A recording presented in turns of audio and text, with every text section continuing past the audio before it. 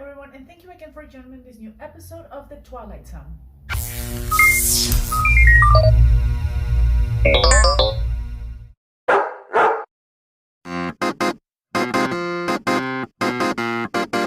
So today we're revisiting again the first season. Today's turn is for season 1, episode 8, Time Enough at Last. Again, this is the first time I've ever seen anything about this episode. I do not read anything about them until after I watch them.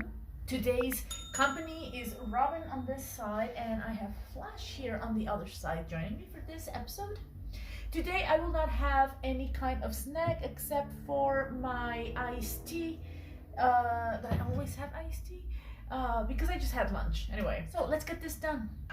Mrs. Chester, have you ever read David Copperfield? David Copperfield? Wonderful. And his mother's married this miserable man called Murdstone. Isn't that a villainous name? Murdstone. This Murdstone. Mr. Beamish, you shortchanged me again. You owe me $1 more. See? Oh, so he's definitely not paying attention. Terribly sorry. And he's always being sent to debtor's prison. And then there's another wonderful character. Whoa, that was rude. It's not like he cared. Okay, so this guy has but it's been only 2 minutes and I already started to question, why is this guy working there? The moment Mr. Beamish will enter a world without bank presidents, or wives, or clocks, or anything else. He'll have a world all to himself. Okay, that's one kind of an introduction. After dinner, if I try to find a magazine, she hides them. Well, I got so desperate that I found myself... Unasked, I give my reaction to this. He will be wonderful in my channel. You want more coffee or don't you? And she did jank it. I won't tolerate a husband of mine sacrificing the art of conversation. All right. What's so funny? No, Marriage. It was just that you said a husband of mine. Well, how many husbands have you got? You've only got Exactly. I would appreciate that not being rubbed in. And I'll be ready on time. See that you are. What a lovely lady. He's hooked. He's an addict. Like a crack addict. Dude, you didn't change your shirt. He didn't change his shirt. Do you mean read you out loud out of the book? Do you want to? Oh, I would love to. Edna St. Vincent Millay. Oh, please don't be playing with his emotions. Look how much he cares about it. What a horrible thing to do. Helen. What a bitch. That's red flags. Run away from You should there. thank me, really. A grown man who reads silly, ridiculous, nonsensical doggerel. I also say it's a waste of time. Helen, I- Helen, don't do that for Helen, please don't do that. I hate her so badly.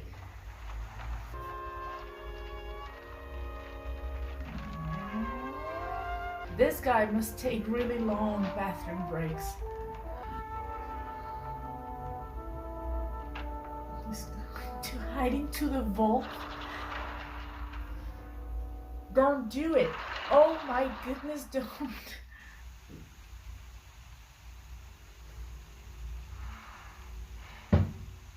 I already know what this is gonna end up, and like everyone is gonna disappear. He's gonna end up alone.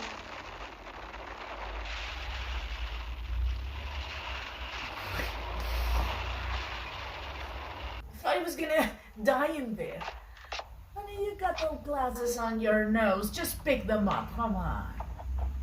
Oh my goodness.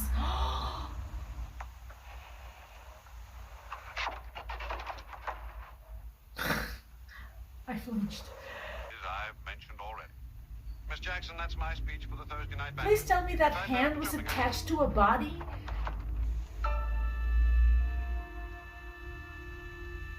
Bark in the ashes of a dead world. No. A telephone connect. They're all dead. This is such a terrible sight. And cigarettes, of course.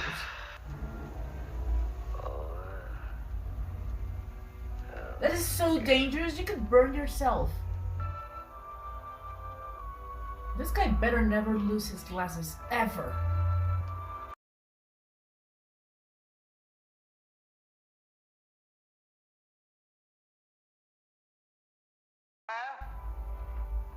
Please, someone! I love how this is all one shot. Is someone there? Yes, I'm really extremely fortunate. Are you? Someone, please! Someone!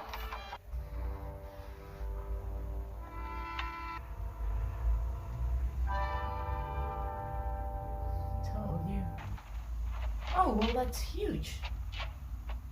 Collected works of Dickens, collected works of George Bernard Shaw, Shelley, Keats. Look at him, he's back again, too passionate. The world. Ah, there's time enough at last.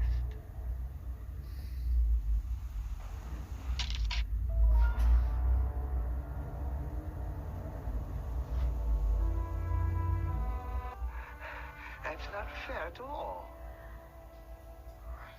There was time now. There was all the time I needed. The best laid plans of mice and men. And Henry Bemis. The small man in the glasses who wanted nothing but time. Henry Bemis, now just a part of a smashed landscape. Just a piece of the rubble. Oh, Just a fragment of what man...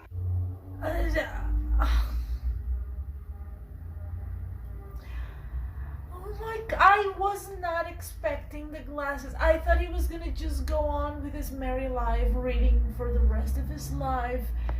I didn't see the glasses coming, and I actually thought about the glasses, not because he was not going to be able to read anymore, but because he was not going to be able to see from afar anymore, because we could only see that if he doesn't wear his glasses, then he cannot see from afar, but I never knew that he couldn't read without the glasses.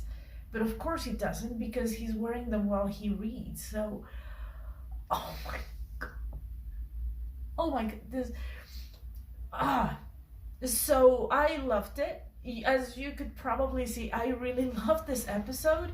I have to admit, at first I didn't know what to think about Mr. Bemis.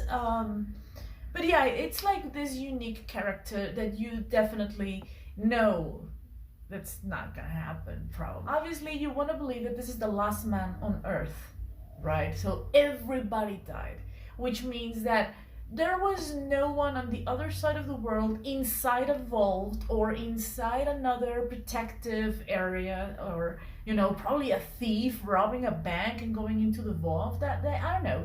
Like, was there really nobody that could have just not get hit by the blast? Is he gonna find somebody else? What are the chances that if he moves around from there, he could find another survivor? So of course we would just want to like close everything down to like he's the last man on Earth by some chance, and now he's gonna spend the rest of his life not being able to do the one thing he could do, and he's just now doomed. And he dropped the gun. I think it's gonna take him some time to find the gun again if he wants to end his life from there. And I'm gonna call it because he was not really that far away from the entrance, so he probably could find that gun at some point. But it's horrible because he already went through the trauma and then getting over it. Like, he's completely alone and he started calling for help. So obviously this is one of those thoughts that will drive everybody crazy. Like, you are never gonna speak to anybody again. So for him, that was an issue, but when he found out that he was going to be reading, finally, all that he wanted, his life was back, and then he's like in an even worse position than before. Again, this is the Twilight Zone, so I don't expect happy endings.